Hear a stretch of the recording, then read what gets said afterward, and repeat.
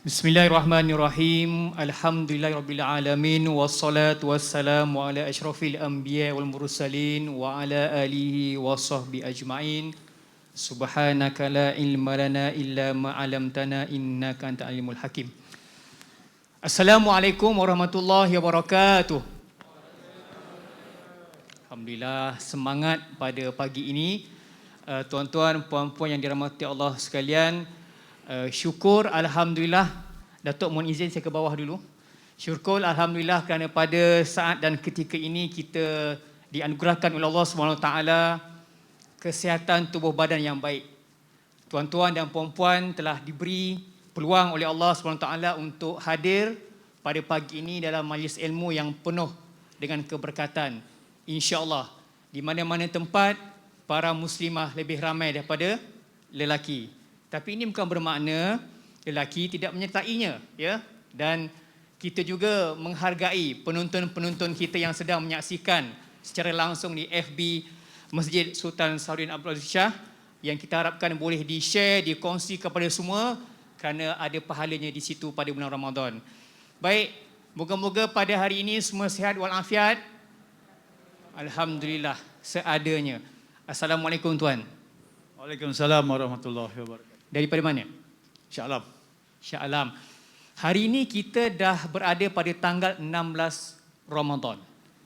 Halaqah Ramadan ni dah bermula lama. Ni kali keberapa tuan hadir halaqah ni? Saya tak ingat lah, tapi ada miss sekali dua lah.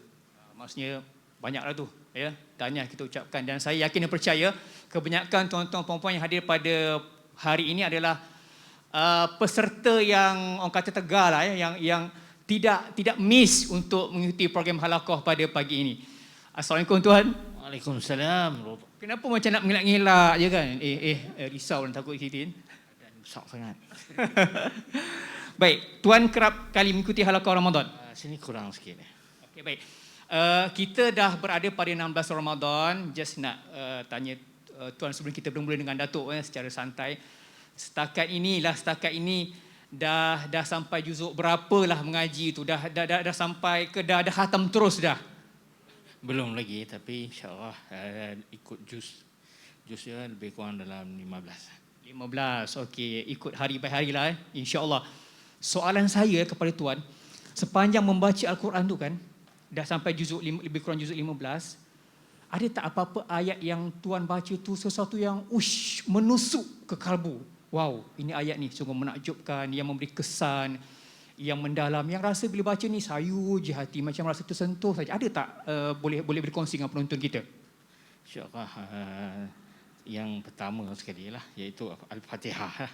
Itu yang menyentuh hati lah. Saya itu ialah permulaan semuanya lah. InsyaAllah itu lah. Baik, terima kasih tuan atas perkongsian kepada kita pada semua hari ini. Muslimah nak ditanya juga ke? Biar dulu lah ya ke sesi seterusnya. Alhamdulillah kita dapat bersama-sama pada pagi ini halaqah Ramadan yang membincangkan tentang apa tajuk kita tuan-tuan perempuan? Yang lelaki kata lain, yang muslimah kata lain. Apa dia? Hadiah teragung, ya. Bersempena dengan nuzul Quran, insya-Allah yang akan tercatat pada kalender sambutannya pada 17 Ramadan pada hari esok. Baik, hadiah teragung pada pagi ini yang akan dibincangkan kepada kita semua, kepada semua yang menyaksikan siaran ini, kita tampilkan yang tidak asing dalam negara kita, seorang tokoh yang berwibawa, yang berhormat, Senator Datuk Dr. Haji Zulkifli Muhammad Al-Bakri. Assalamualaikum Datuk. Waalaikumsalam warahmatullahi wabarakatuh. Alhamdulillah, sihat seadanya Datuk. Syukur. Alhamdulillah. Seorang tokoh pendakwah dalam negara kita yang tidak asing, yang dikenali seantero, ya, Malaysia, malah dunia juga, ya, juga mengenali figura yang kita dapat saksikan pada pagi ini. Baik tuan-tuan puan-puan, tanpa membuang masa lagi, kita terus kepada perbincangan ataupun poin untuk kita bawakan dalam halaqah Ramadan ini adalah hadiah teragung. Datuk, untuk kita mulakan, ya, apabila sebut nuzul Quran ini, semua orang tahu 17 Ramadan kita sambut nuzul Quran. 17 Ramadan cuti umum daripada utara, selatan, timur, barat, ya, meraikan menyambut nuzul Quran dan diberi cuti. Baik, adakah nuzul Quran itu semata-mata tuan-tuan puan-puan kita bercuti saja?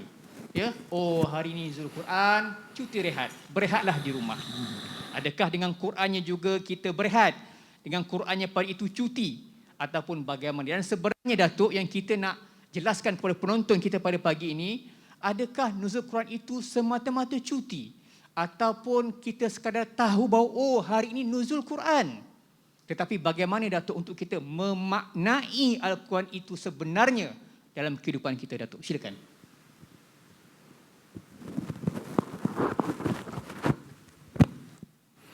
Assalamualaikum warahmatullahi wabarakatuh. Alhamdulillahil qail Syahrul Ramadan allazi unzila fihi al-Quran Hudan linnasi wa bayyinatin minal huda wal furqan. Asyhadu an la ilaha illallah wahdahu la syarika lah wa asyhadu anna sayyidana Muhammadan abduhu wa rasuluh, amma ba'. Yang saya hormati Ustaz Moderator, Datuk-datuk, dati-datin, hadirin hadirat, muslimin muslimat yang saya amat sayangi sekalian.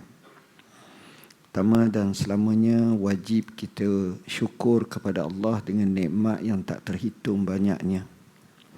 Wa in ta'uddu nikmatallah la tuhsuha. Kalau kamu nak hitung nikmat Allah, nescaya kamu tak terhitung banyaknya. Daripada sekecil-kecilnya sampailah sebesar-besar nikmat. Ulama menyatakan nikmat kita ni ada dua. Satu dipanggil usulun ni'am, nikmat-nikmat besar, seperti nikmat iman, nikmat Islam, nikmat Quran, nikmat taufik hidayah, nikmat sihat.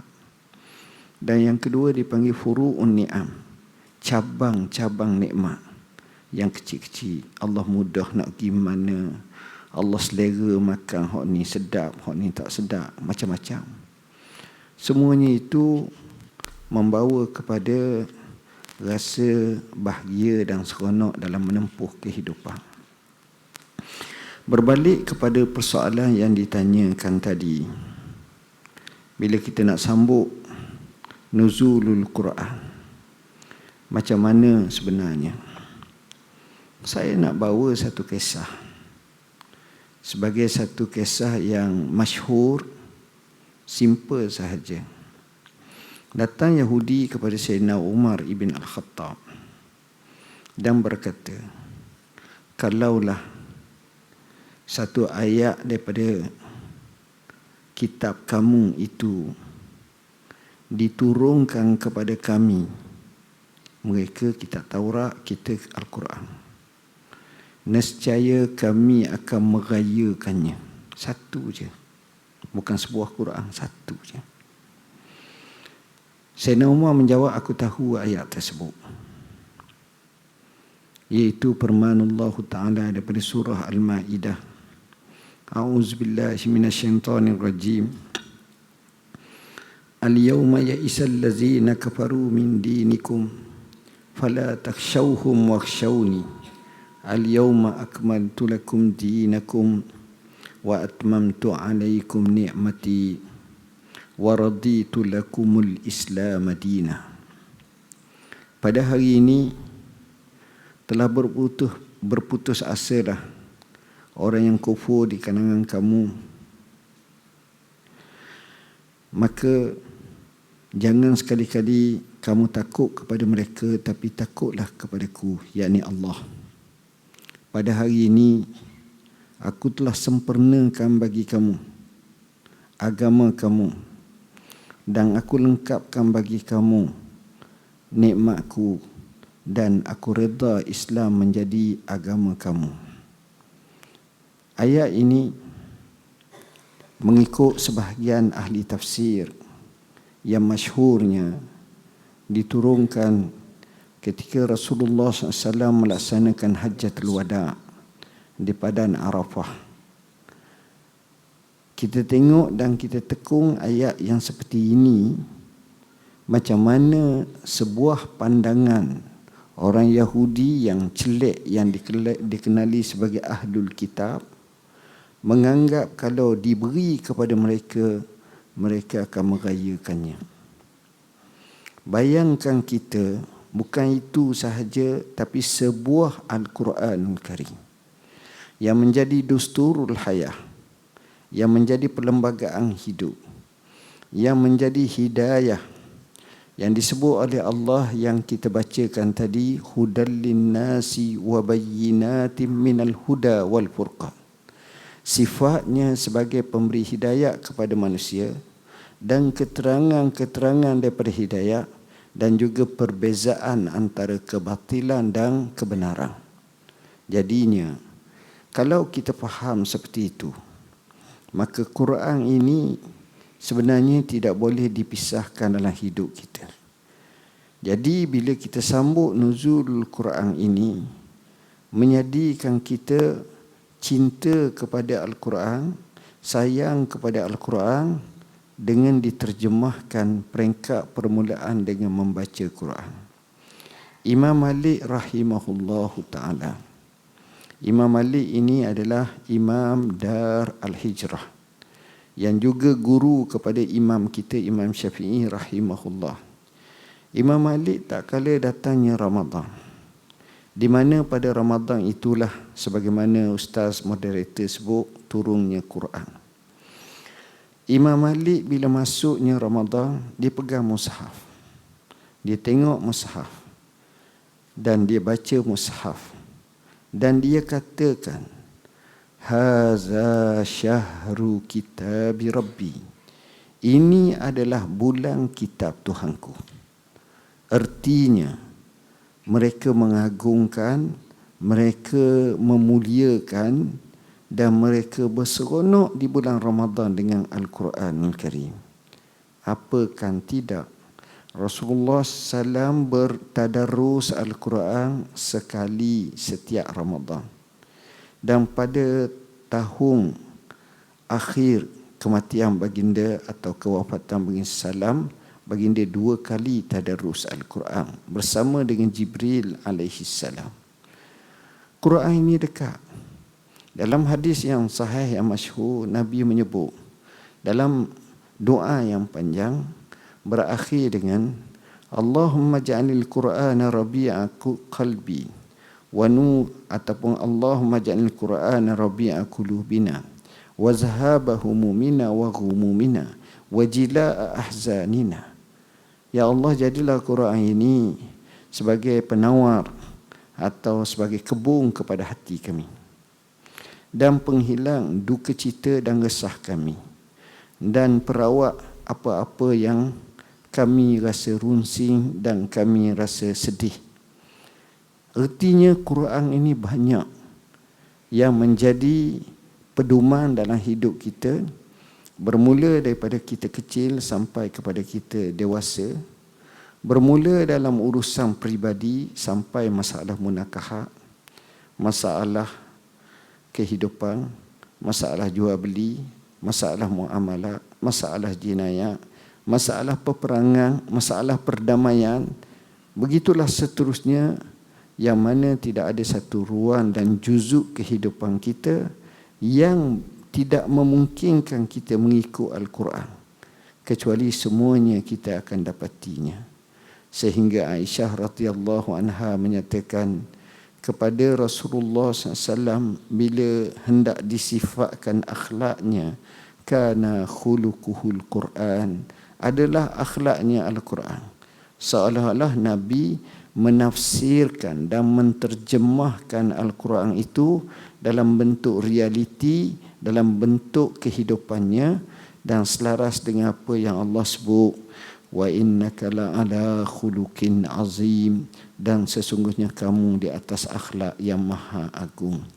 Jadi kalau nak kata macam mana sepatutnya kita sambut nuzul Quran, berdasarkan kepada hujahan-hujahan yang saya nyatakan tadi, jelas menunjukkan sewajarnya kita takzim Al-Quran, yang termasuk daripada rukun yang wajib kita imani, yang kita percaya, dan kita akan terpandu hidup bila mana kita berpegang dengan Quran dan Sunnah berdasarkan banyak riwayat, termasuk riwayat Imam Malik rahimahullahu ta'ala dalam Muwatta'nya.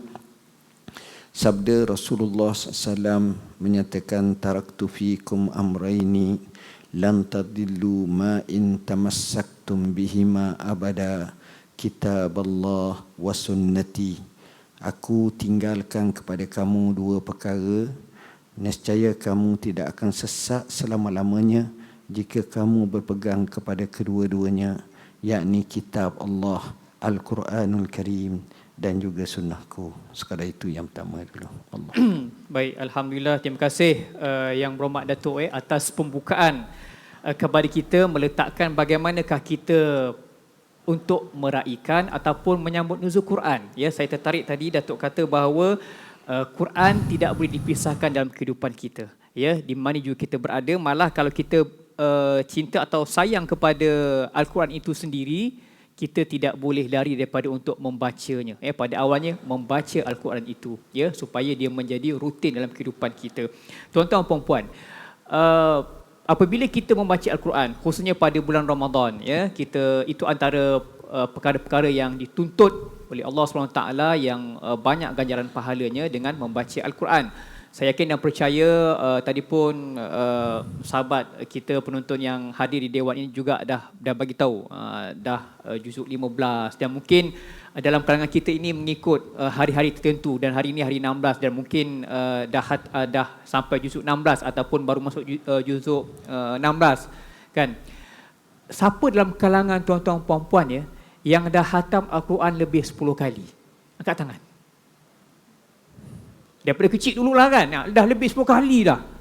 Lebih dah kan? Dah tentu lebih. Alhamdulillah. Bermaksud nak ceritanya Al-Quran ini bukan hanya sempena Ramadan sahaja. Ya, bila Ramadan sahaja kita buka Al-Quran, lepas tu 30 hari dah tutup, dah khatam dah Ustaz. Sehari, maksudnya dalam setahun tu dah khatam sekali. Alhamdulillah. Baguslah. Cumanya tadi Datuk dah sentuh bagaimana kita menjadikan Al-Quran itu sebagai teman kita sepanjang masa. Baik, bagi yang dah membaca Al-Quran dah sampai ke juzuk 15, 16, Alhamdulillah. Saya percaya tuan-tuan puan-puan dalam membaca Al-Quran itu ada terjumpa satu ayat dalam surah Yunus. Ya, surah Yunus ni juzuk yang ke-11. Ya, ayat yang ke-57. A'udzubillahi minasyaitonirrajim. Siapa yang ada tab ataupun phone tu boleh tengok surah Yunus ayat 57. Ya, A'udzubillahi minasyaitonirrajim. Ya ayyuhan nasu qad ja'atkum mau'izatum mir rabbikum wa shifaa'un lima fis suduri wa hudaw wa rahmatul lil mu'minin. Surah Yunus ayat yang ke-57. Apa maksudnya tuan-tuan dan puan-puan? Saya bacakan, ya. Wahai umat manusia, sesungguhnya telah datang kepada kamu Al-Quran yang menjadi nasihat. Pertamanya menjadi nasihat, tuan-tuan. Catat di situ. Yang menjadi nasihat pengajaran dari Tuhan kamu. Dan yang menjadi penawar. Pertama nasihat. Kedua menjadi penawar. Bagi penyakit batin yang ada dalam dada kamu. Dan juga menjadi hidayah. Yang ketiga menjadi hidayah. Petunjuk untuk keselamatan. Serta membawa rahmat bagi orang-orang yang beriman. Jadi tuan-tuan dan puan-puan, dalam Al-Quran ini banyak ayat Quran yang akhirnya kita baca itu untuk apa? Ya, ada sesuatu yang Allah nak beri kepada kita. Dalam ayat surah Yunus 57 pun ada 4 perkara yang telah kita sebut tadi. Menjadi penasihat, menjadi penawar, menjadi hidayah dan membawa rahmat. Jadi Datuk, mungkin boleh lanjutkan lagi penjelasan tentang, ini ayat 57 surah Yunus 57 tadi. Mungkin banyak lagi yang boleh kita fahami agar Al-Quran itu adalah segala-galanya. Ya, faham pula saya tertarik tadi Datuk bila ayat ini kata bahawa dia menjadi penawar bagi penyakit batin yang ada dalam hati-hati kamu. Ini sangat-sangat besar maksudnya Datuk. Silakan untuk penjelasan lanjutnya Datuk. Okay, terima kasih. Sidang penonton yang dirahmati Allah. Al-Quranul Karim sebagaimana yang disebutkan tadi jelas menunjukkan 4 perkara.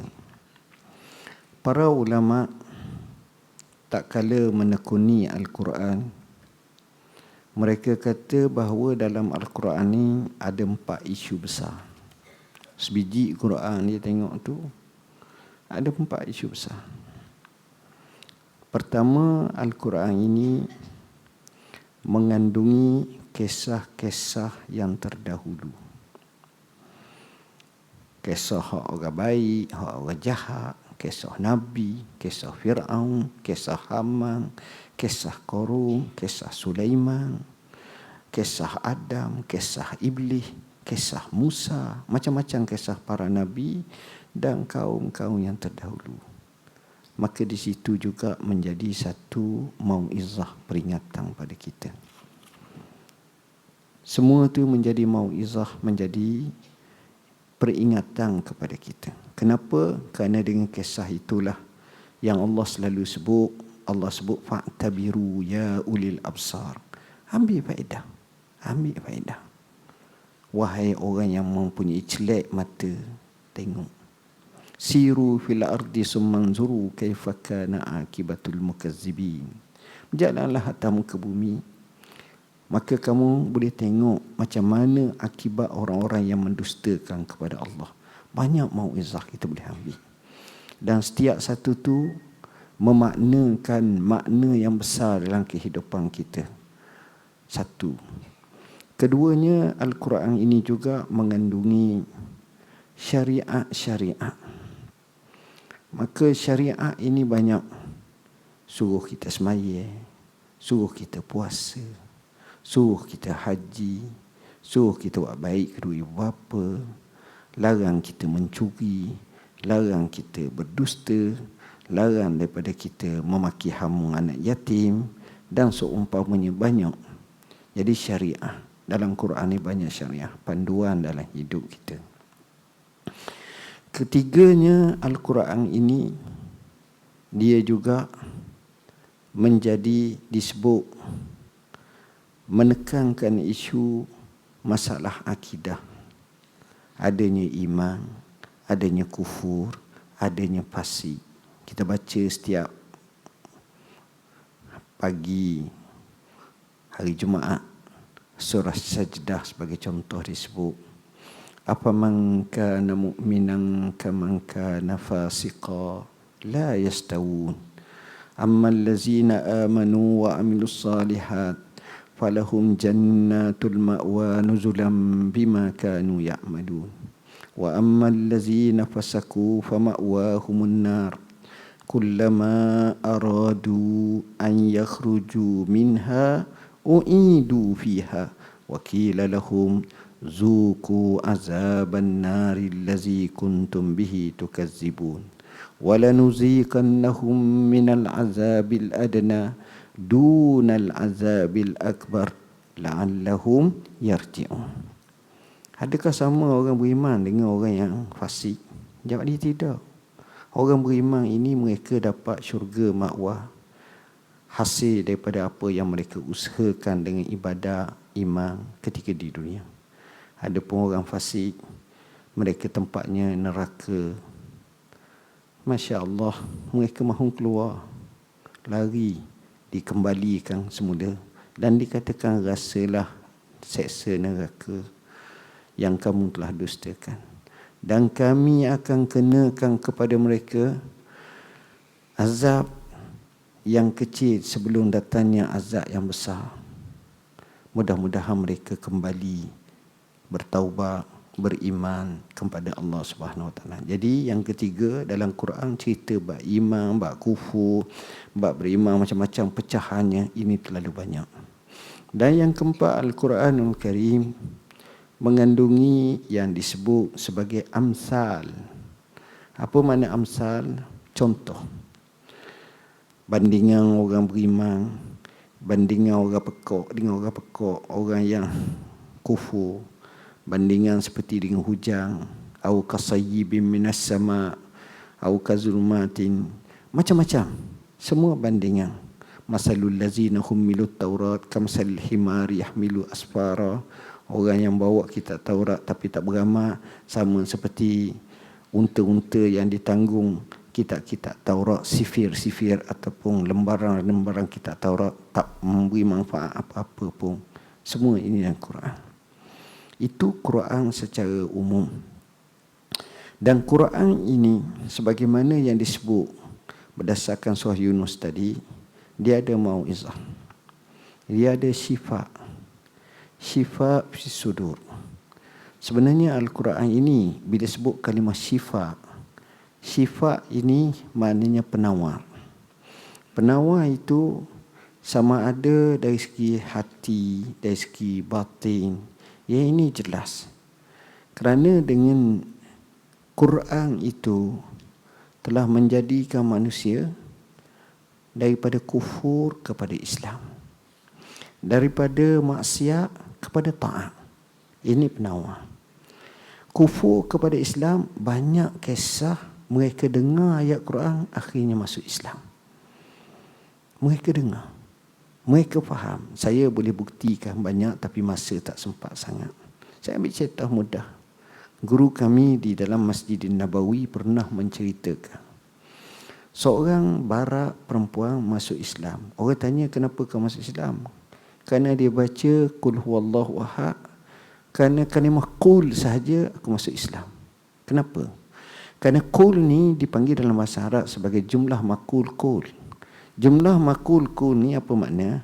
Jumlah di mana dikatakan apa yang dikatakan. Saya cakap dengan saudara moderator saya, Ustaz. Saya kata, katakan saya sedang berforum. Macam ada telefon jawab. Saya kata, katakan saya sedang berforum. Orang ini, dia tak akan kata, Ustaz Zul kata, katakan saya sedang berforum. Dia akan guna, saya sedang berforum. Kerana bila Nabi juga sebut kul, bermakna ada yang suruh Nabi kata. Siapa dia? Allah. Kerana kul, dia masuk Islam. Bukan kerana banyak. Satu kalimah, kul, dia masuk Islam. Tengok tuan-tuan. Hidayah. Kedua, kadang-kadang kita tengok orang tu, dia berpesta dengan maksiat. Masya Allah. Dia payah. Siapa tak dengar, tak kenal kisah seorang tabi'i yang saleh, namanya Fudai bin Iyad. Dia ni setengah riwayat yang masyhur, dia adalah Qutta'ut Tariq. Apa makna? Ketua lanung ataupun penyambung pada pasir. Dia ni, tapi buah baik tu ada. Muka dia tu nampak macam muka orang baik.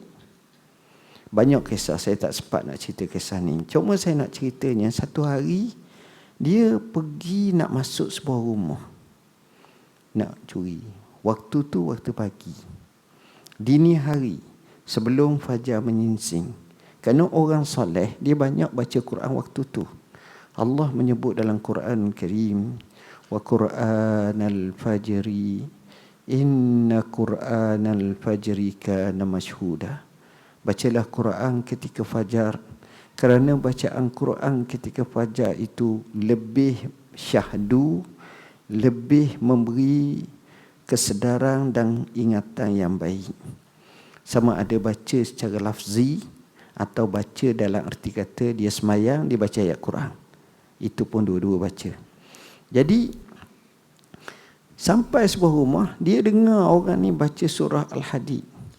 Alam ya'ni lillazina amanu an takhsha'a qulubuhum, hingga akhirnya. Bila dengar sahaja surah ni, maknanya kenapa hati manusia tak lembut lagi, tak khusyuk lagi hati mereka. Bila dengar macam tu, dia terus menangis sungguh-sungguh. Dan dia bertaubat. Bila dia bertaubat, dia menjadi abidal haramain, orang yang beribadat di dua tanah haram. Banyak hebat yang Allah tunjuk pada dia. Di sini yang kedua saya kata, Al-Quran menjadi petunjuk penawar orang yang bermaksiat kepada tidak maksiat lagi, kembali bertaubat kepada Allah. Al-Quran juga kalau kita tengok, dia boleh merawat hati-hati manusia. Dia tunjuk jalan. Contoh, bila manusia susah hati, kita ni selalu susah hati, sakit hati, rasa usi melampau. Quran ajar kita cara. Contoh, Allah sebut cara umum, ala bizikrillah tatmainnul qulub. Ketahuilah dengan zikir kepada Allah, hati jadi tenang. Tenang bila baca Quran, hati tenang. Bahkan kadang-kadang Allah tukar ketenangan itu bukan isu-isu yang biasa, tapi bukan isu-isu yang gaib, tapi isu-isu yang zahir. Contoh, dalam surah Yunus yang sahabat kita sebut tadi, bagaimana Allah turunkan ayat bila Nabi Allah Yunus dicampakkan ke laut, ditelang, bukan dimakan, ditelang oleh ikan nun, setengah kata maksudnya ikan paus. Di situ dia berada dalam 3 kegelapan. Satu, kegelapan laut. Laut ni gelap, gelap bawah tu, dia tak ada lampu di laut ni. Kedua, kegelapan malam. Ketiga, kegelapan dalam perut ikan. Tapi fanadahu fiz zulumat, dia bukan zulmah. Zulmah ni singular, zulumat itu plural, banyak, jamak. Zulmat gelap, zulmatul lail, zulmatul bahr, dan zulmatu batnil hu. 3 kegelapan yang saya sebut tadi lah. 3 kegelapan. Dia kata apa? La ilaha illa anta subhanaka inni kuntu minaz zalimin. Pertama, dia ada tauhid, la ilaha illa anta. Kedua, dia ada tasbih, subhanaka. Ketiga, ada iktiraf, inni kuntu minaz zalimin. Apa yang berlaku? Allah lepaskan dia. Ini termasuk dalam zikir, termasuk dalam tahlil, termasuk Allah lepaskan dia dan dimuntahkan dan dia selamat. Lalu orang tanya Nabi SAW, ya Rasulullah, adakah kes ini hanya kepada Nabi Muhammad kepada Nabi Yunus sahaja? Lalu dikatakan, tidakkah kalau kamu baca ayat selepas itu disebut wa kadzalika nunjil mu'minin, dan begitu juga kami akan lepaskan orang-orang yang beriman. Kalau dia baca, kalau dia yakin, kalau dia benar-benar beriman kepada Allah, Allah boleh lepas banyak kehidupan kita. Jadi di situ kita kata syifa dia bukan semata-mata yang ini. Dan ia disebut dalam hadis yang sahih yang diriwayatkan oleh Al-Bukhari kalau tak silap, dan lain lagi, hadis Abu Sa'id Al-Khudri. Walaupun disebut wa syifaa'un lima fis sudur, dan dalam Quran yang lain, dalam nas yang lain disebut wa nunazzilu minal qur'ani ma huwa syifaa' wa rahmatul lil mu'minin. Sifat di sini juga sifat zahir. Sifat zahir maknanya dengan izin Allah baca Quran boleh sembuh. Banyak riwayat dalam satu kitab yang dikaryakan oleh Imam Nawawi, oleh ulama lainlah, yang sebut antara yang dikaryakan oleh Imam Nawawi namanya Bustanu Al-Arifi, satu kitab bagus, cerita wali-wali Allah, cerita orang soleh. Imam Nawawi ni orang yang hebat, lahir sekitar tahun 630 Hijrah, meninggal tahun 670 Hijrah ataupun 73-74 Hijrah. Dia hidup muda je, 40 tahun lebih sikit, tak kahwin, mati di pangkuan bapanya, tapi ulama yang amat-amat besar, bahkan kita kata sebagai mastermind kepada mazhab Syafi'i, atau playmaker lah. Daripadanya lah kita dapat ilmu banyak. Dari segi pekahnya, mana-mana ulama yang datang selepasnya padanya mesti kena akhirnya sapa kat dia. Marilah ulama seperti Ibn Hajar ke Syekh Ramli ke Kuhaji ke Khatib Syarbini ke apa ke akan singgah kat dia. Kitab Minhaj tu sebagai kitab yang paling induk. Syekhul Islam Zakaria Al-Ansari ke siapa dia mari kat dia. Dia ni ialah luar biasa. Kitab majmuknya, Syarah Muhazzab, kitab Minhaj, kitab Raudah At-Talibin, banyak lagi. Ada orang cerita Imam Nawawi, dia pergi ziarah anak murid dia sakit busung, besar perut. Dia tangan dia gosok je perut tu. Baca Bismillahirrahmanirrahim. Alhamdulillahirabbil alamin. Baca gitu je. Suruh sabar. Entah macam mana sedang baca, tiba-tiba perut ni kuru, kepek, sihat. Boleh bangun jalan. Quran, syifa. Abu Sa'id Al-Khudri yang saya sebut kisah, bersama dengan para sahabat yang lain, musafir, sampai ke sebuah kampung. Bila sampai sebuah kampung, minta orang kampung tu untuk jadikan mereka ni tetamu. Tapi entah macam mana orang kampung tu jenis sombong, angkuh, tak mau. Jadi akhirnya sahabat Nabi semua ni buat tepi kampung tu khemah, pakai masak sendirilah. Tengah malam, tiba-tiba orang ketua kampung itu ataupun kaum tu, sayyidul kaum, kena patuk satu binatang berbisa, sama ada ular ke, jeking kala ke, lipang ke, kena. Dan panggil dukung dia, panggil tabik dia, panggil semua tak boleh. Dan muka pun merah nak menuju ke biru, sakit, meretak, menahan yang amat sangat. Panggil yang ni, letak ni, letak tak jadi. Tiba-tiba datang satu idea. Boleh jadi di kalangan puak-puak yang ramah tadi tu ada hak pandai merawat. Apa kata kita pergi kat mereka, tanya kok mereka boleh merawat? Mereka pun pergi. Sahabat pun jual mahal lah. Yalah, kita nak minta cara baik, tak sih, ni kita buat cara kasar lah. Dia kata, boleh tak kamu tolong rawat ketua penghulu kami? Sahabat kata, boleh, tapi dengan syarat. Apa syarat dia? Kena upah lah. Hang tadi kita nak bagi, nak minta tolong tak boleh. Di istilah dia panggil ju'alah. Dari segi fiqh ni ada satu bab namanya ju'alah. Ju'alah ni maknanya upah bersyaratkan selesai tugas. Siapa temu barang aku hilang, aku bagi 1,000. Dia pergi sekejap je temu, dia dapat 1,000. Tapi dia kerja sampai 14 hari, tak temu-temu, tak boleh. Dia kata, habis minyak kereta aku, motor aku semua. Tak, sebab tak penuh. Itu namanya ju'alah. Dia baca ju'alah, dia baca ji'alah. Dua-duanya. Baik. Sahabat kata, kenapa? Dia kata, sanggup. Maka sahabat ni pun pergi. Dia ludah, tepat kena tu, dia baca Fatihah hanya, Bismillahirrahmanirrahim. Sudah baca Fatihah, terus sembuh. Boleh bangun, boleh berjalan, hilang. Boleh senyum dah, boleh akad teh ke apa ke, gini-gini. Akhirnya mereka bagi selembah kambing. Sebab dia nilai sakit dia berat sangat, selembah kambing.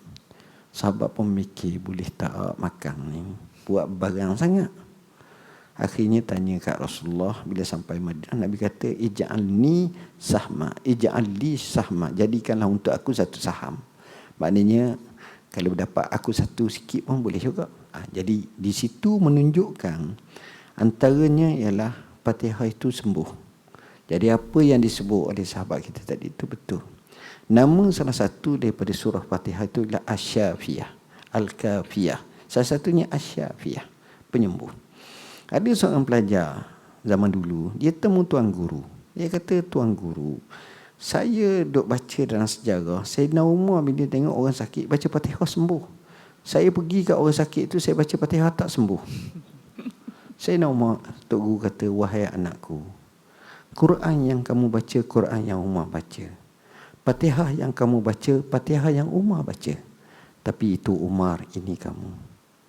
Iman dia, yakin dia, ibadat dia, tawakal dia, semuanya membezakan antara yang ni dengan yang tu.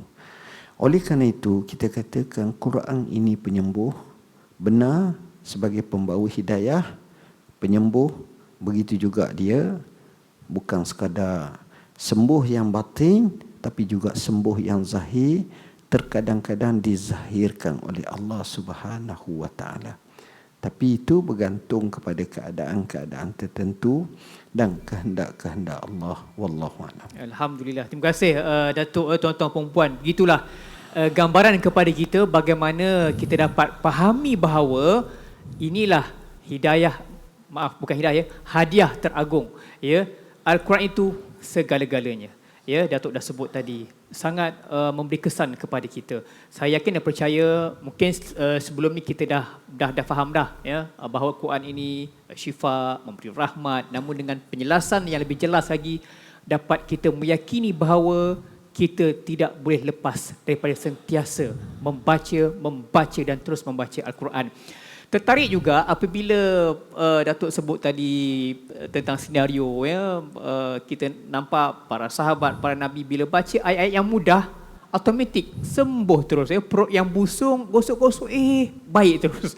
Namun bila kita baca, kan, Allahu Akbar, bila lah nak sembuh-sembuh ni, ya. Fatihah dah 7 kali, kan, tak udah-udah. Jadi seperti mana Datuk kata, kita muhasabah balik, tuan-tuan. Bagaimana pengukuran keimanan kita, ya, nilai keimanan kita itu yang menentukan, ya, akhirnya itu Allah SWT sama ada makbul ataupun tangguh dulu, ya. Jadi sama-sama kita muhasabah diri untuk kita melihat balik. Tambahan pula kita masih berada dalam bulan Ramadan dan kita telah masuki fasa kedua bulan Ramadan. Masa berlalu begitu pantas, ya. Hampir beberapa hari saja Ramadan akan melabuhkan tirainya. Ayuh kita terus mengekalkan momentum untuk mendapat pahala yang cukup agung pada bulan Ramadan. Baik, tuan-tuan puan-puan, saya buka ruang ini sekiranya ada persoalan-persoalan yang ingin dikemukakan. Tuan-tuan puan-puan ada kemusykilan tentang, ya, topik kita, hadiah teragung yang kita bincangkan pada pagi ini, mengambil kesempatan peluang yang berhormat bersama-sama kita pada pagi ini. Jika tuan-tuan puan-puan ada pertanyaan, saya buka ruang ini, silakan.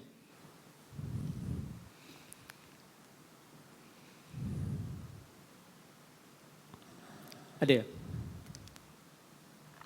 Tuan-tuan, puan-puan, ada? Ke tak ada lagi? Puan? Okey, silakan. Ada pembantu kita yang boleh bagi alat pembesar suara? Dengar ke? Di FB dengar ke nanti? Ni, okey, ni, okey. Silakan. Boleh ada?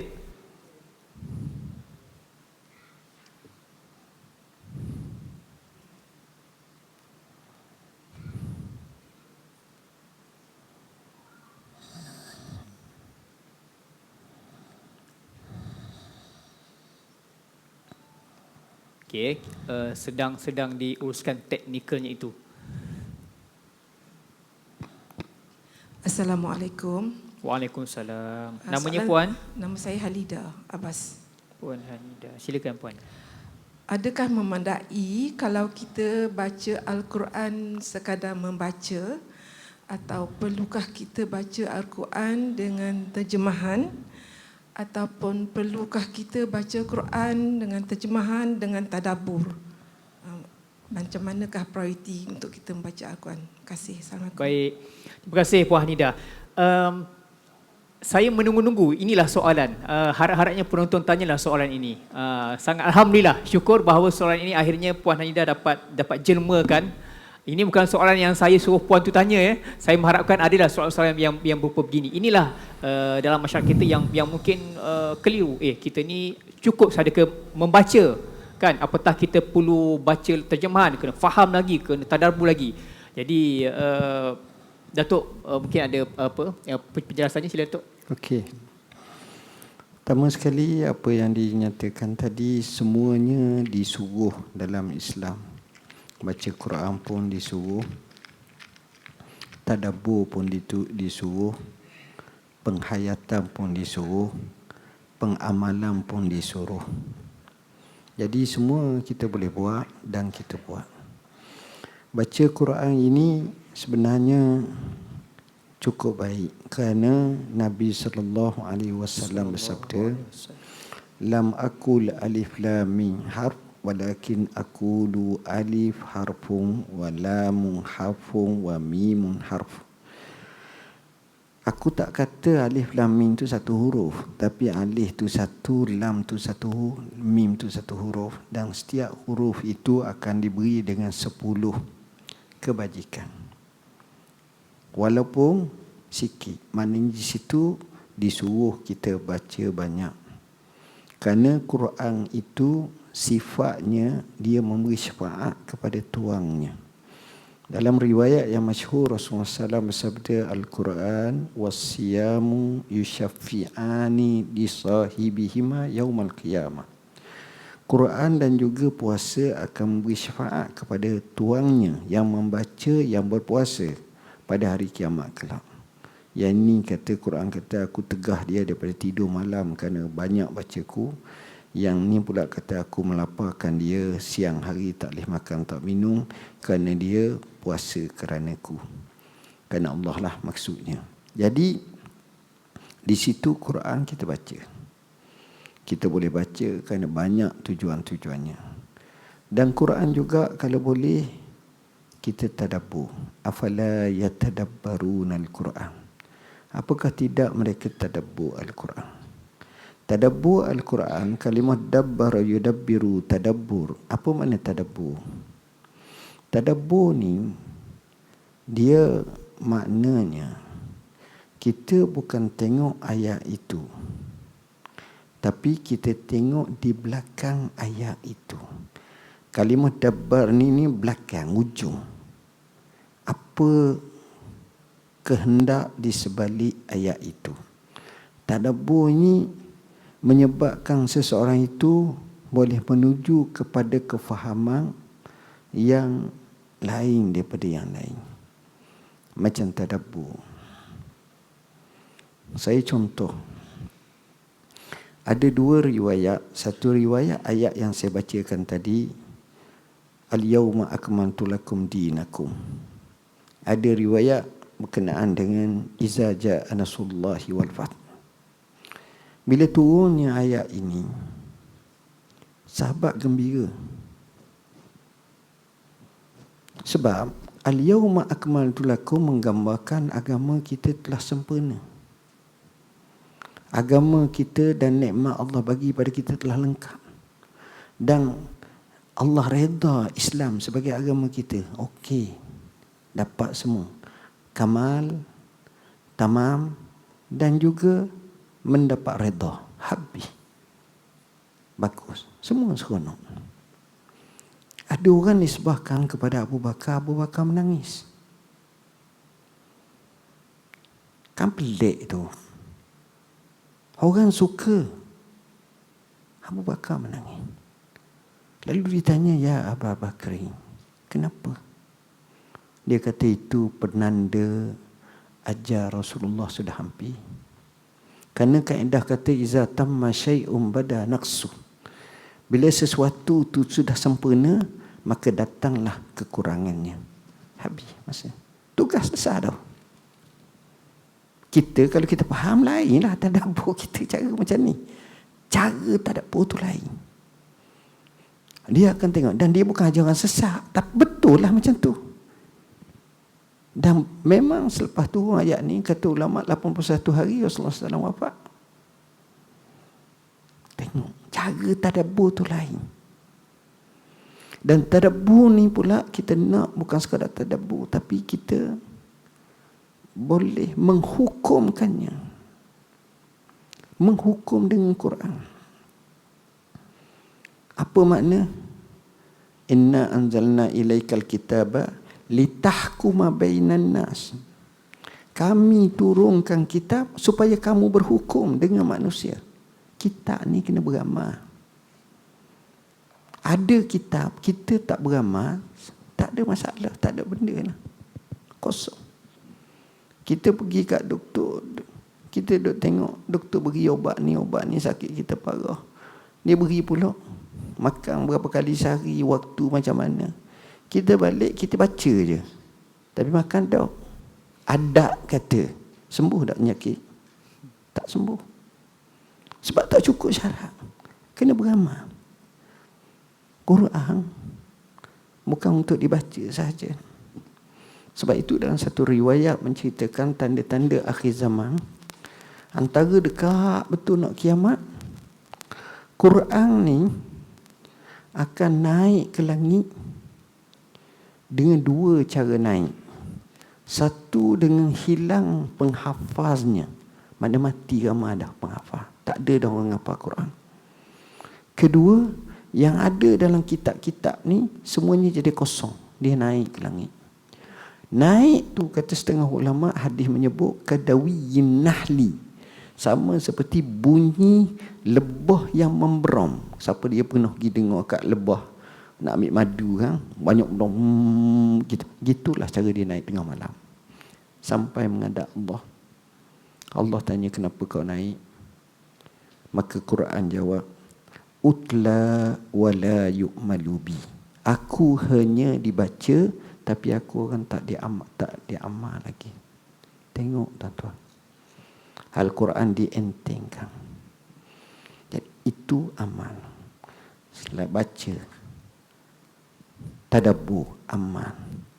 Begitu juga hayati Al-Quran tu sehingga masuk dalam hidup kita.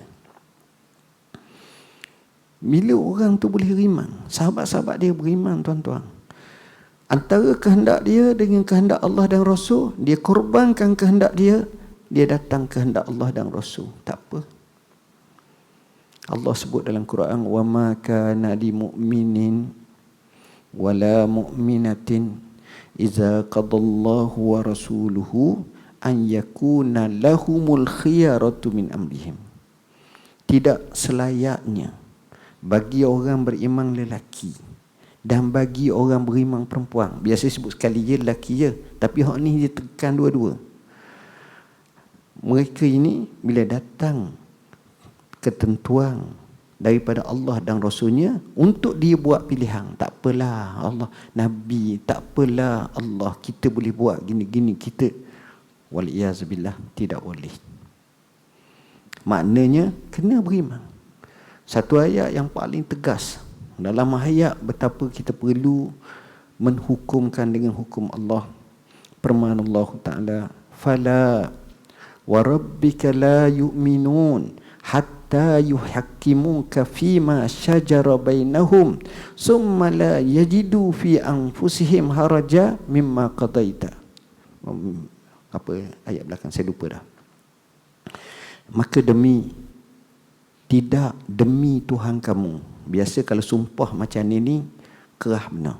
Dan Allah nafi, tidak beriman, sehingga mereka semua berhakimkan kepada kamu. Tengok, suruh ikut Quran, ikut sunnah Nabi SAW. Itu menunjukkan bahawa sebenarnya itulah sebenar. Jadi Al-Quran ni kalau kita tengok, dia ada tahap sampai kepada satu-satu sehingga akhirnya beramal. Sehingga datangnya orang tu bila dia tengok Quran, dia dengar Quran, dia menangis, dia rasa bertambah iman. Dan saya terbaca dalam setengah riwayat, orang kata Imam Syafi'i kita ni, dia bukan dia baca Quran tu menangis, tapi orang dengar suara dia baca Quran tu, orang menangis. Maknanya dia baca dengan hati, dia baca dengan tadabbur, dia baca dengan faham. Dia baca seolah-olah Quran tu turun atas kepala dia. Dan seolah-olah dia tengok Quran tu turun zaman Nabi macam tu. Yalah, zaman dia dengan zaman Nabi tak jauh sangat lagi. Dalam 150 hijrah dia dilahirkan. Jadi sempatlah dengan tabi'in ataupun hujung tabi'in. Maknanya tengok, sepatutnya Quran macam tu. Cuma para ulama kita kata mengambil pendekatan pelbagai. Terutamanya kerana mengambil kelebihan bulan Ramadan, mereka nak khatam Quran. Imam Syafi'i 2 kali sehari khatam Quran bulan Ramadan. Sungguh. Saya sebut dalam buku kami berkenaan dengan Quran, khatam Quran ni. Banyak. Macam mana tokoh-tokoh zaman dulu yang khatam Quran ni. Dia kata hak yang khatam Quran baca yang banyak-banyak ni, ada yang boleh khatam dengan luar biasa. Yang khatam setiap minggu ada, setiap bulan ada, setiap hari ada. Macam-macam cara khatam Quran. Saya cerita satu persatu. Sebagai contoh dia sebut sini. Dia kata ada orang 2 bulan sekali khatam Quran. Ini berdasarkan kepada kitab Imam An-Nawawi yang menukilkan orang khatam Quran. Ada setiap bulan sekali, 10 hari sekali, 8 hari sekali, seminggu sekali, 6 hari, 5 hari, 4 hari. Ada 2 kali sehari. Macam Imam Syafi'i bulan Ramadan. Ada 3 kali sehari. Seperti Sulaim Ibn Umar, Qadhi Mesir pada zaman pemerintah Muawiyah. Ada yang 4 kali sehari, iaitu Abu Bakar bin Abi Dawud. Macam-macam, ada semua. Sebab apa? Sebab mereka semangat nak khatam Quran. Waktu khatam Quran pula. Ada yang kata waktunya maghrib, isyak, semua saya sebut satu persatu dalam buku ni. Macam-macam. Jadi apa yang saya nak nyatakan bahawa kerana ambil macam tu boleh. Di Mesir, cerita lebih kurang dalam 20 tahun lepas, ada seorang tokoh ulama yang amat saya kagum, meninggal sekitar tahun 1998. Namanya almarhum Syekh Muhammad Mitwalli Sya'rawi. Saya tengok dia ni karamah lah Allah bagi. Dia mati lama dah. Sampai sekarang setiap Ramadan TV akan siar dia tafsir Quran. Orang seronok. Zaman dia hidup dulu setiap Jumaat, bila Ramadan setiap hari siar. Dan saya terjemahkan kisah dia hidup. Dia mati tuan-tuan. Orang semayang jenazah dia tak ramai. Lebih kurang dalam 1 juta orang. Kita ramai 14 orang, 20 orang. 1 juta. Penuh. Oh, luar biasa. Dia tadabbur Quran. Boleh buka dalam YouTube, tapi kalau pandai bahasa Arab sedaplah tengok. Dan dia ada silsilah, ada drama kisah dia. Daripada kecil sampai besar 30 siri. Luar biasa orang ni. Mati dalam usia hampir 80 tahun lebih, dekat 90 tahun lebih. Jasanya cukup besar. Dia ni kaki baca Quran, seolah-olah khawatir iman. Qardawi tu anak murid dia, dan mengaku puji. Memang dia lebih tua lagi lah. Luar biasa pulang. Jadi bila kita sebut macam tu, macam mana mereka Quran. Baik. Semua yang puan sebut tadi tu kita boleh buat semua. Tadabbur pun boleh, dan tadabbur ni kena 1 ayat pun tak apa. Ada masa saya jadi mufti dulu, seorang pakar tadabbur Quran datang. Dia ada satu institut tadabbur Quran di Al-Makkatul Mukarramah. Tak silap nama Profesor Dr. Umar Nasif. Mari jabat hamba. Saya sajalah, saya tanya dia. Saya kata, boleh tak kamu tadabbur Quran? Donald Trump ni naik jadi presiden masa tu. Senyum dia, mana boleh?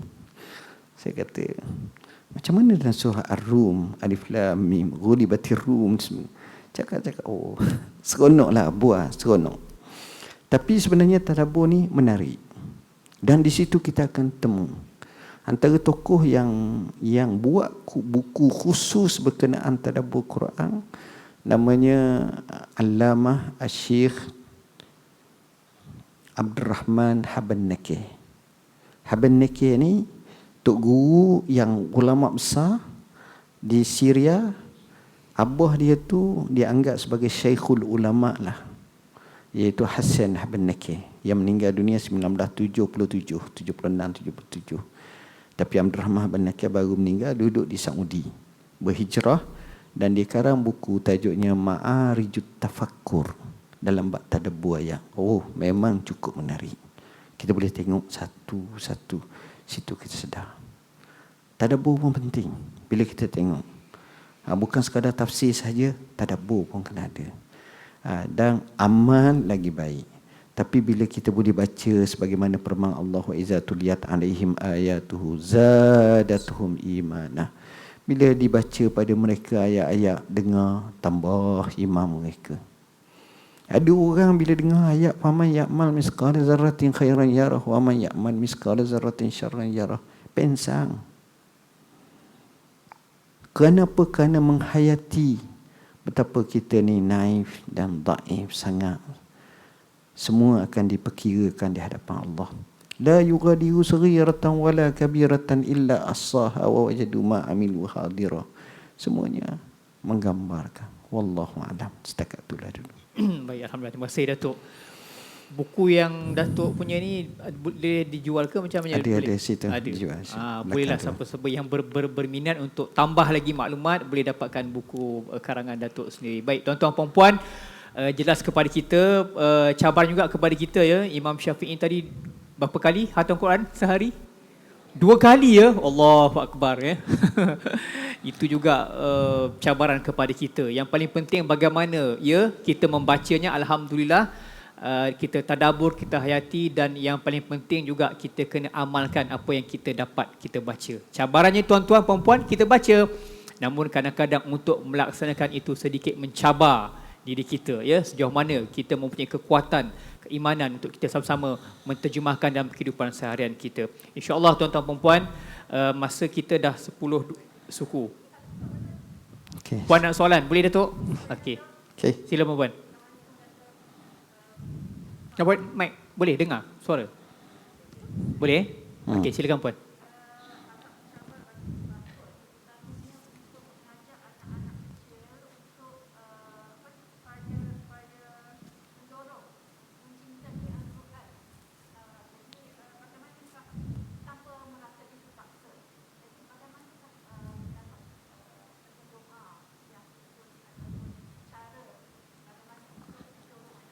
Okey, terima kasih. Tuan-tuan, bila kita sebut hak baik ni, kita akan ada musuh. Musuhnya namanya syaitan dan iblis. Apa benda kalau hak baik ni payah. Sebab itu dalam sebuah kitab tajuk Jami' al-Ulum disebut kisah macam mana iblis akan dapat berita laporan daripada syaitan-syaitan. Syaitan ni ramai, banyak. Tapi iblis ni satulah bos dia. Awak ni kata saya menyebabkan orang tu merampok, bagus. Awak ni kata saya menyebabkan orang tu berzina, bagus. Awak ni menyebabkan orang tu curi, bagus. Awak ni sebut ni. Ada budak syaitan kecil bagi tahu saya menyebabkan budak tak jadi belajar agama, baca Quran sebab main guli sama-sama mereka ni. Kau paling baik. Kata kenapa pula? Sebab kita nak pisahkan daripada ilmu, daripada agama, daripada ni. Itu dia. Untuk nak mendekatkan anak-anak baca Quran, nombor satu sekali, kita kena bina bi'ah, suasana. Bi'ah ni environment. Environment ni kena bina. Baca Quran, kalau tak baca Quran tak boleh. Kena bina. Kita kena bina. Kalau ibu bina, bapa bina, suami bina, isteri bina, anak-anak pun akan terbina. Kalau tak jadi. Anak-anak baca Quran. Saya jarang cerita peribadi saya. Tapi saya nak sebut sisi tak baik saya. Saya jadi mufti, saya jadi menteri dulu. Sekarang tak ada apa-apa dah. Tak macam ni. Biasa. Saya tak rajin baca Quran. Kurang. Kau sibuk nak mari ceramah gini. Tak ada. Memang tak ada langsung. Duduk rumah malam tu. Isteri touch and go je, smart tag je. Tak masalah. Temu sekejap gitu je lah. Lepas tu pergi masjid, ngaco ceramah. Walaupun jadi mufti, walaupun jadi menteri selalu. Dan budaya tu sampai sekarang. Cuma sekarang saya kendurkan sikit. Lepas saya tak jadi, saya mikir apa benda aku nak buat. Saya minta sahabat susungkan jarak saya mengajar sikit je. Ada ingat masjid ni minta 2 kali kat saya. Kadang-kadang saya tolak banyak kot. Jadi malam saya banyak duduk rumah. Saya mikir macam mana aku nak buat. Akhirnya saya panggil anak-anak saya, isteri saya. Jom kita baca Quran. Cara baca. Anak saya ada 2 orang hafiz. Budak lagi lah. 1 perempuan, 1 lelaki. Hak lain tu biasalah. Jadi hak tu saya suruhkan baca banyak hak ni. Jadi apa yang saya buat, saya akan bagi. Ni awak Baqarah, Ali Imran. Kalau jenis tak api sini 2-3 gelar je lah. 2-3 gelar sambung. Setakat yang saya tulis semalam, kita khatam Quran hampir dalam seminggu 3-4 kali, 2-3 kali kalau bulan Ramadan ni. Ada je. Setakat yang kita tulis semalam, saya rasa dalam 25 kali dah. Sejak daripada saya berhenti bulan 8, bulan 9 lah startnya. 9, 10, 11, 12, 1, 2, 3, 4. Boleh. Tapi kena ada program. Kita buat, kita bina. Dia memang nak main iPad. Budak kan iPad, tak boleh lari. Apa cerita-cerita Upin Ipin, Hagi Maru, semua kali tu. Suka semua. Tak, masa baca. Kita boleh buat apa-apanya. Dan saya pergi bantuan kat orang, selalu pergi bantu. Sampai sebuah rumah orang tua, lelaki tua. Saya pun terkejut, saya kata Allah. Dia beria nak tunjuk saya. Saya ingat umur dia 80 lebih. Duduk kursi dia, meja, katil dia depan ruang tamu. Tepi ruang tamu. Dengan duduk atas tu, dia ambil Quran dia lusuh. Dan bukan stapler, saltik sebahagian tu. Lepas tu dia ambil satu buku kertas. Buku macam 3-5 tapi besar sikit lah, by diary. Dia catat. Dia telah khatam Quran dalam 120 kali ke 130 kali. Saya tak kisah kalau seorang tu hafiz, seorang tu syaikh, seorang tu musaqqaf, bijak. Orang biasa baca Quran tekuk 100 lebih. Bagi saya itu luar biasa. Sebab dia jadikan agenda dalam hidup. Jadikan. Saya cerita dalam buku ni banyak kisah budak-budak pelik. Budak-budak yang hafal Quran, cara mendidik anak yang untuk hafal Quran.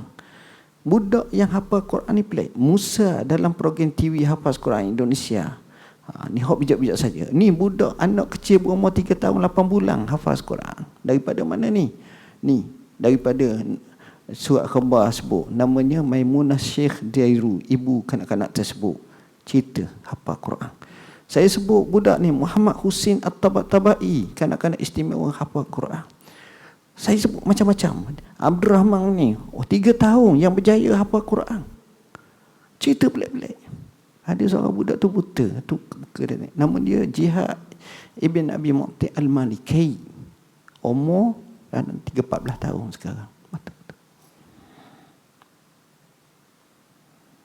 Dia menang Hufazul Wahyain. Saya pernah dijemput masa saya jadi mufti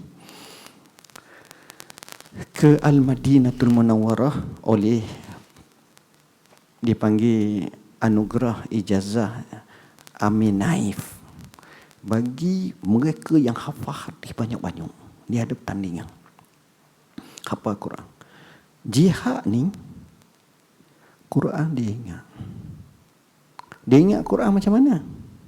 Yang ini tak ada boleh ingat macam terpayuh. Dia ingat muka surat, dia ingat nombor ayat. Kalau sebut tebuk tu bukan ke depan, ke belakang. Ke belakang memanglah hafiz pada ngapa. Dia boleh macam kita kata ia kena berdua, ia kena sa'in. Ayat sebelum tu nak tidur ustaz. Bismillahirrahmanirrahim. Alhamdulillahirabbil. Itu baru sikit. Dah kalau kata au kasayyibin minas sama', payah nak ambil alif lam mim tu berapa pula. Dia boleh ingat. Muka surat dia ingat. Itu tak heran lagi.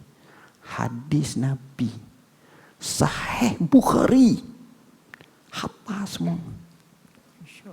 Dengan sanad-sanad. Allah kata, ya Allah. Sanad-sanad. Saya sekarang berjuang, berjihad untuk tamat Sahih Bukhari, rakaman secara langsung yang kita buat setiap hari. Cara baca lajulah hadatsana baca. Dia ada 8 jilid. Kita buat siap dan kita hadiah dah ke masjid sini. Boleh tengok tebal. Saya hadiah ke tuanku, saya hadiah kepada menteri-menteri, menteri besar semua kali, mufti-mufti semua sekali. 8 jilid. Dia boleh hafal semua. Tebuk, ingat. Kita baca sanak 5, 6 lapis pun lupa. Kita catat gini. Saya cuba, susah tuan-tuan. Muslim ingat. Sahih Muslim. Sahih Tirmizi ingat. Abu Daud ingat. Nasai ingat. Itu berapa puluh hadis, berapa puluh ribu hadis. Ingat sungguh. Ni apa orang? Ia menyebabkan kita ingat. Macam mana ya kalau Imam Bukhari dulu? Maknanya boleh gambar. Kalau tuan-tuan tengok, kata, kalaulah Imam Bukhari, itu memang sifu sungguhlah. Dalam mukadimah saya sebut macam mana dalam riwayat Hafiz Ibn Hajar dan lain sebut, Imam Bukhari rahimahullahu ta'ala, orang kata dia pandai sangat. Betul ke pandai? Ke aku tak pandai ke? Jadi mari 10 orang pakar hadis, tanya dia, setiap seorang ambil 10 hadis, tukar sanad ni, riwayat ni kepada riwayat ni, campur dengan hadis ni. Tanya dia, daripada nombor 1 sampai 10 hadis, sampai nombor 10 sampai 10 hadis. Semua dia jawab, saya tak tahu.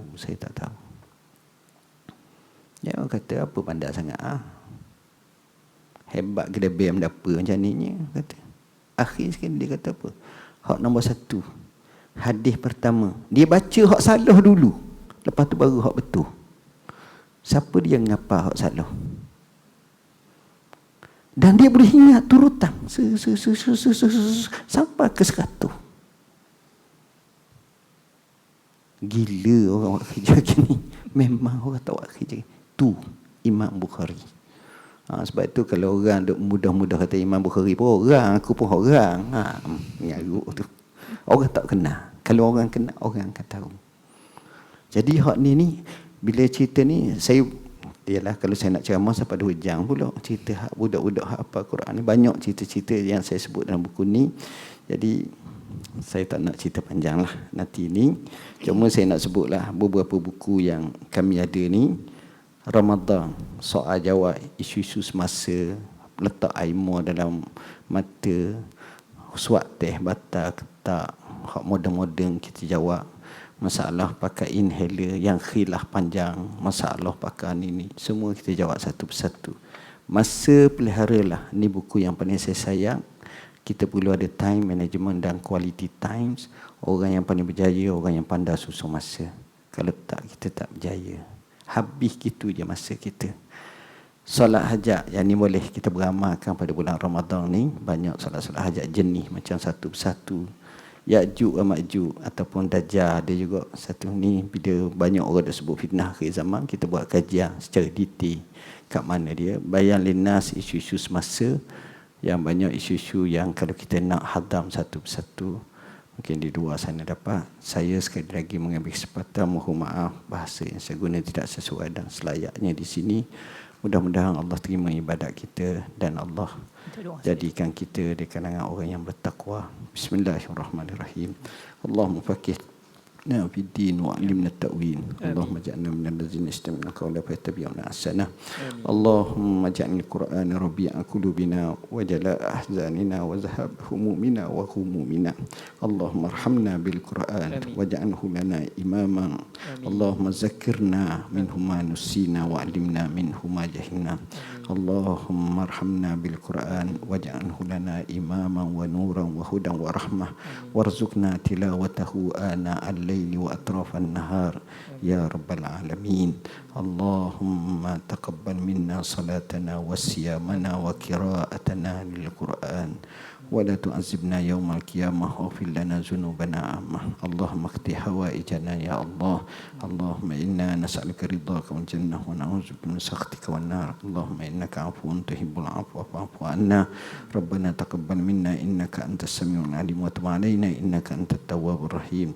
Rabbana ربنا اشفنا من كل داء وعافنا من البلاء اللهم اشف مرضانا وارحم موتانا وعاف مبتلانا اللهم استر عيوبنا واستر عوراتنا وامن روعاتنا ربنا هب لنا من ازواجنا وذرياتنا قرة اعين واجعلنا للمتقين اماما يا مقلب القلوب ثبت قلوبنا على دينك وعلى طاعتك ربنا آتنا في الدنيا حسنة وفي الآخرة حسنة وقنا عذاب النار وأدخلنا الجنة مع الأبرار يا عزيز يا غفار يا رب العالمين سبحان ربك رب العزة عما يصفون وسلام على المرسلين والحمد لله تقبل الله منا منكم Minna minkum taqabbal ya karim. Alhamdulillah.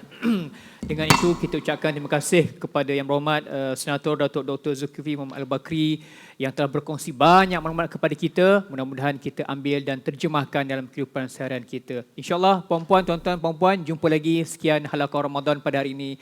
Wabillahi taufiq wal hidayah. Wassalamualaikum warahmatullahi wabarakatuh.